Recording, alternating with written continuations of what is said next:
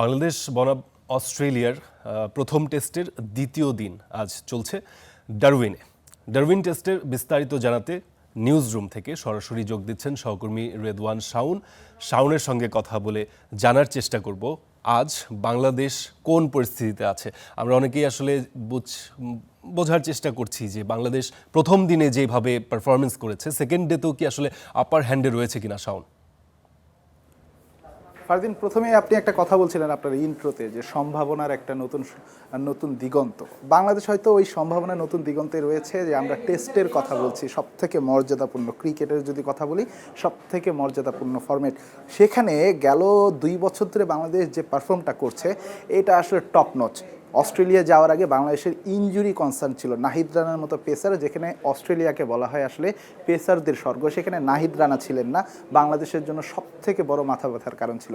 সেই বাংলাদেশ অস্ট্রেলিয়াতে গিয়ে ডারউইনে, যেখানে টেস্ট খেলা হয়েছে যে মাঠে একবার, সেটাও 2003 সালে ওই বাংলাদেশই খেলেছিল ওই টেস্টটা। ওই মাঠে আসলে টেস্ট সেভাবে খেলা হয় না, সেই মাঠ সম্পর্কে মানুষের জ্ঞান অথবা মাঠ নিয়ে অ্যানালাইসিস করার যে ক্ষমতা সেটাও খুব কম ছিল। সেখানে বাংলাদেশ অস্ট্রেলিয়ার যে শক্তিশালী দলকে 198 রানে অল আউট করেছে। বোলাররা 3 জন পেসার, তাসকিন, হাসান মাহমুদ এবং এবাদত 3 জন নিয়েছেন 10 উইকেট, 3 জনই পেসার। সেই মাঠে বাংলাদেশ ব্যাটিংয়ে নেমেছে, যেখানে অস্ট্রেলিয়ার মতো ব্যাটিং দানবরা স্টিভেন স্মিথ, হেড, এদের মতো ক্রিকেটাররা যেখানে দাঁড়াতে পারেনি, সেখানে বাংলাদেশ এখন 3 উইকেট, আমি যদি ভুল না করি, তাদের বিপক্ষে 64-65 রানের একটা লিডে রয়েছে। বাংলাদেশের টেস্ট যদি কথা বলি, টেস্টে বাংলাদেশের উন্নতিটা ঠিক এই জায়গায় রয়েছে। তানজিদ হাসান তামিম ক্যারিয়ারের দ্বিতীয় টেস্ট খেলতে নেমেছিলেন, আজকে অস্ট্রেলিয়ার বিপক্ষে নিজের টেস্ট ক্যারিয়ারের প্রথম সেঞ্চুরি করেছেন।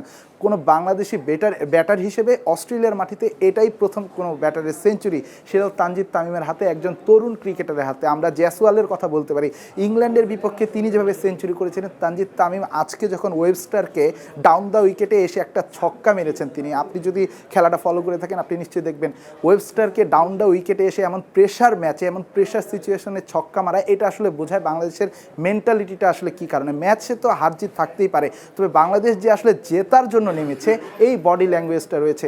নাজমুল হোসেন শান্তর কথা একই সাথে বলতে হয়। তিনি আসলে গত 10 টেস্টে যদি কথা বলি, অ্যাওয়ে সিরিজে বিশেষ করে তার এভারেজটা আসলে 55-র বেশি। বাংলাদেশি কোনো ব্যাটার কিংবা বাংলাদেশি কোনো ক্যাপ্টেনের এর আগে এত ভালো এভারেজ ছিল না। সেই নাজমুল হোসেন শান্ত একই সাথে দলকে নিয়ে যাচ্ছেন, প্রথম ক্যাপ্টেন হিসেবে 8টা টেস্ট জিতেছেন, যেটা বাংলাদেশের ইতিহাসে কোনো ক্যাপ্টেন টেস্ট জিতে নেই। সে নাজমুল হোসেন শান্ত ব্যাটিংও করছেন, দলকেও নিয়ে যাচ্ছেন, আজকেও একটা 50 মেরেছেন, এখনও আমি যদি ভুল না করি 64-65 রানের মতো একটা ইনিংসে তিনি রয়েছেন।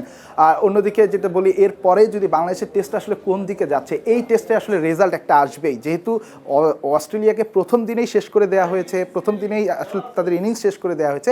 বাংলাদেশ এখন নিজেদের ইনিংসটা আসলে কতটা বড় করতে পারে, আমি যদি খুব ভুল না করি এখনও প্রায় 40 ওভারের মতো খেলা বাকি রয়েছে। বাংলাদেশ যদি পারো বা 3 রান করে 120 রানের একটা সম্ভাবনা রয়েছে।